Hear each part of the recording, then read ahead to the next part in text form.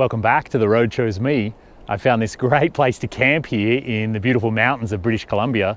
The sun is harsh, so I'm gonna leave my sunglasses on. But today's video, a topic I know you guys are all dying to hear about.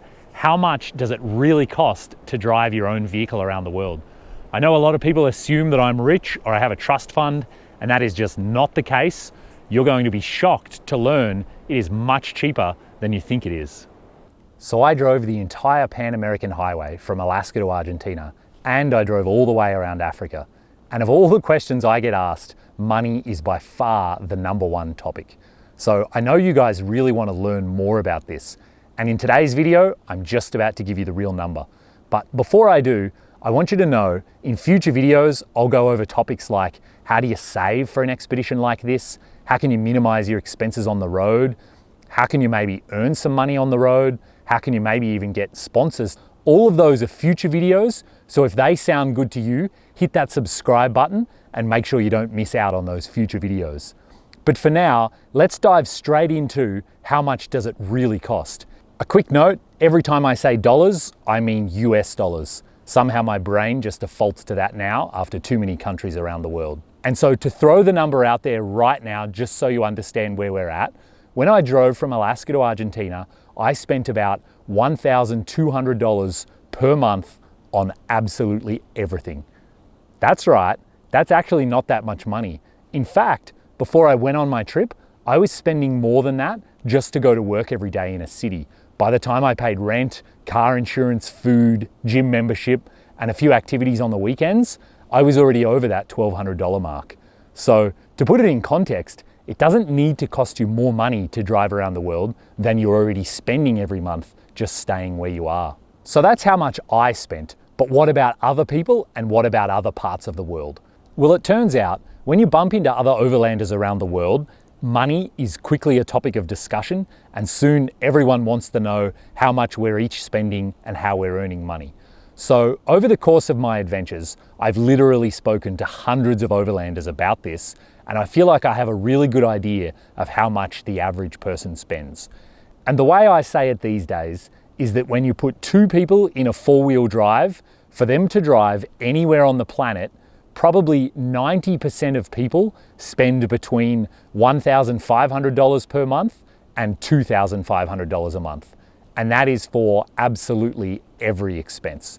When I say every expense, if you ask a question, yes, that is included. Vehicle maintenance, visas, temporary import permits, activities like national parks, things like scuba diving, food, accommodation, gas, you name it, that's in that price. In fact, I've met lots of people who fall in that price range, who even include the cost of flying home once a year to visit their families. So that includes the plane tickets and storing the vehicle while they're away. The only asterisk there is that doesn't usually involve the price of the vehicle, because most people have the vehicle before the trip and they'll still have the vehicle after the trip as well. So I'm just editing this video and I need to cut in here and add something. I don't want you to think that you need a massively prepared vehicle to drive around the world. When I drove from Alaska to Argentina, the little Jeep I took cost $5,000. I spent a grand total of $50 on modifications. And when I got to the end of the road in Argentina, I sold it for $5,000.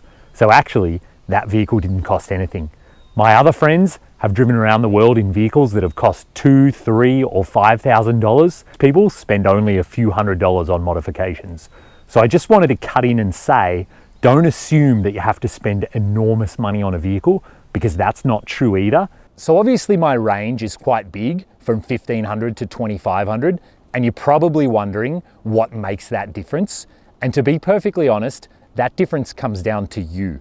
It's entirely your choice where you fall within that range. So besides gas, the most expensive things are going to be food and accommodation. So it's your choice how much you spend on those. If you're willing to cook all of your own meals and you're happy not to drink too much alcohol, then you can definitely keep it on the lower end.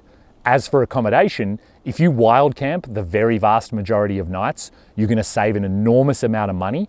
And in fact, I know many people who've kept it under that $1,500 a month figure by doing exactly that. On the other hand, if you like to eat at restaurants, if you like to have a bottle of wine with dinner, and you want to pay for hotels so that you can have a hot shower and Wi-Fi and other luxuries, then certainly you'll be up to that $2,500 a month figure. And in fact, people spend more than that and have quite a luxurious trip. So are you surprised by that figure? Does that seem a lot lower than you were thinking? How much did you think it cost?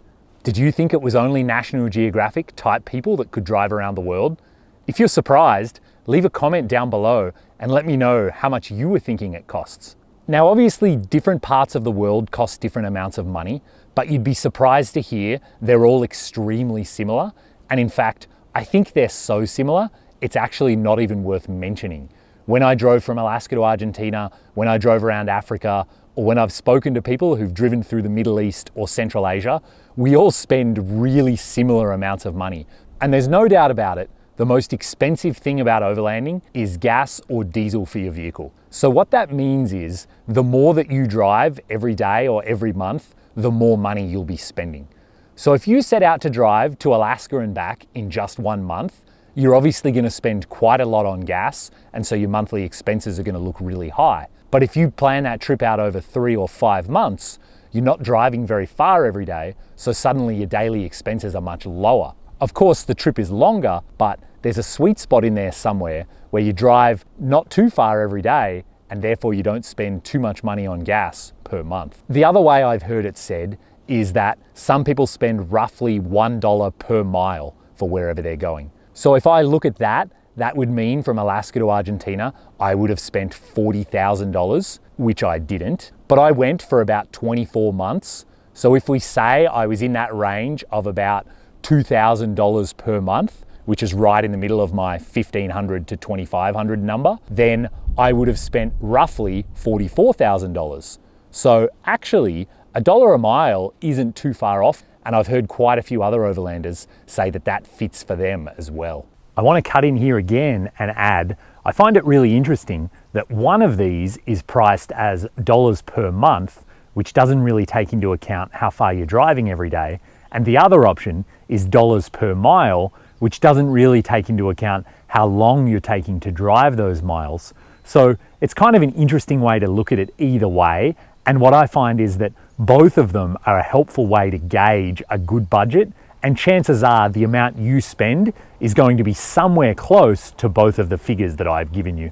What you need to remember though is that a long-term overlanding trip, it isn't like your 2-week holiday and you just need to multiply that out for a year to see how much it costs. Overlanding is so different because every day you're just exploring small villages and beautiful places. You really don't need to spend much money to have these really great experiences with local people. If you eat street food on the side of the road, it's often extremely cheap. It's not the same as going and paying for some sort of all-inclusive holiday. It is much, much cheaper. Keep in mind too that because gas is the biggest expense, it's not twice as expensive for 2 people to go in one vehicle. And similarly, if you're 3 or 4 people, it starts getting much cheaper per person because the gas money is shared across everyone. In many parts of the world too, visas don't cost any money, so it doesn't cost each time you cross a border. So to put this into perspective and to give you some real world numbers, I met a couple of guys who were driving the length of West Africa, all the way from Europe to South Africa, and for the 2 of them, over about 6 months, they were only going to spend $10,000 US. Let's be clear about this. West Africa is probably the biggest overland adventure you can have on the entire planet. Driving through the Congo, Nigeria, Angola, these places are so wild, it's hard to believe. And for $10,000, they got to go and have that adventure. That's way cheaper than most people assume. Same story for the Pan American Highway. My friend Joanie just got back actually. She finished her trip just before coronavirus.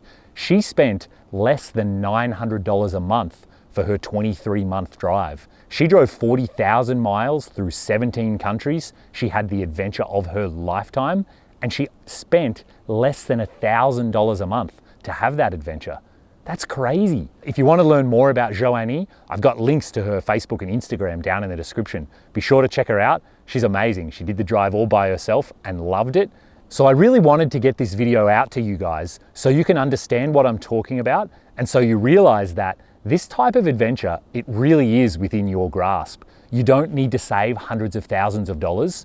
That's nonsense. You need to save 10 or 20 grand and you can go and have these enormous adventures. How exactly to do that will be in a future video.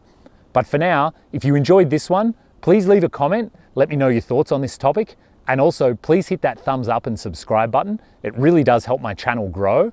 Hopefully we can get this message out to more and more people. In the meantime, enjoy it out there.